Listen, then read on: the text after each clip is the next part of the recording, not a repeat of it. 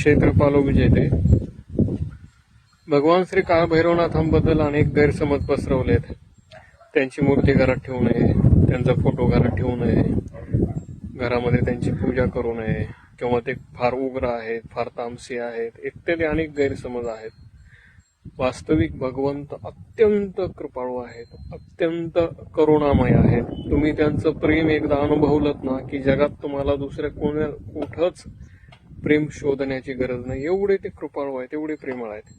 तर त्यांचं प्रेम प्राप्त करायचंय आणि ते खूप जबरदस्त ऐश्वर्यवान आहेत. यमाला सुद्धा प्रत्यक्ष दंड द्यायची, मृत्यूला सुद्धा मारायची ज्यांची ताकद आहे, एवढे ऐश्वर्यवान आहेत. त्यामुळं त्यांच्यापर्यंत पोहोचणं कठीण आहे थोडं. आणि दुसरी गोष्ट म्हणजे ज्यावेळेस तुम्ही भगवान भैरवनाथाची उपासना सुरू करता किंवा साधना सुरू करता, तर त्यावेळेसच त्यांनी तुम्हाला तो मार्ग दाखवलेला असतो. तुमच्या बुद्धीमध्ये प्रेरणाच त्यांच्या कृपेनं आलेली असते. त्यामुळं ज्यावेळेस तुम्ही त्यांची उपासना करता त्यावेळेसच तुम्हाला त्यांचा उपासना करण्याचा अधिकार प्राप्त झाला किंवा त्यांच्या इच्छेनंच तो झालाय.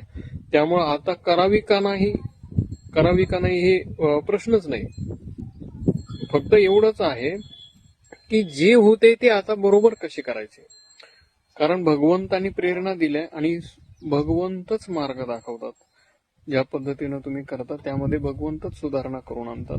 कोणत्या ना कोणत्या प्रकारे भगवंतच तुम्हाला सांगतात की या पद्धतीने साधना केली पाहिजे, अशी केली पाहिजे. तुम्ही मंत्र जप करत असाल, त्या मंत्राची दीक्षा घेतली नसेल बीज मंत्राचा, तर भगवंतच सांगतात की हे अशा पद्धतीने केले. कोणत्याही पद्धतीनं कोणी व्यक्ती येऊन सांगेल, कुठे तुम्हाला वाचण्यामध्ये येईल, पण सांगतात की ही योग्य पद्धत आहे आणि या पद्धतीनं माझी साधना केल्यानंतर तू माझ्या आणखीन जवळ पोहोचतील. आणि तुम्ही हे सत्य समजा की जेव्हा भगवान श्री कालभैरवांसोबत आपलं हृदय जोडलं जातं, संबंध होतो, त्यावेळेस या जगात कोणाकडूनच दुसऱ्या अपेक्षा ठेवण्याची गरज नाही. सर्व अपेक्षा भगवान श्री कालभैरव पूर्ण करतात. रामकृष्ण.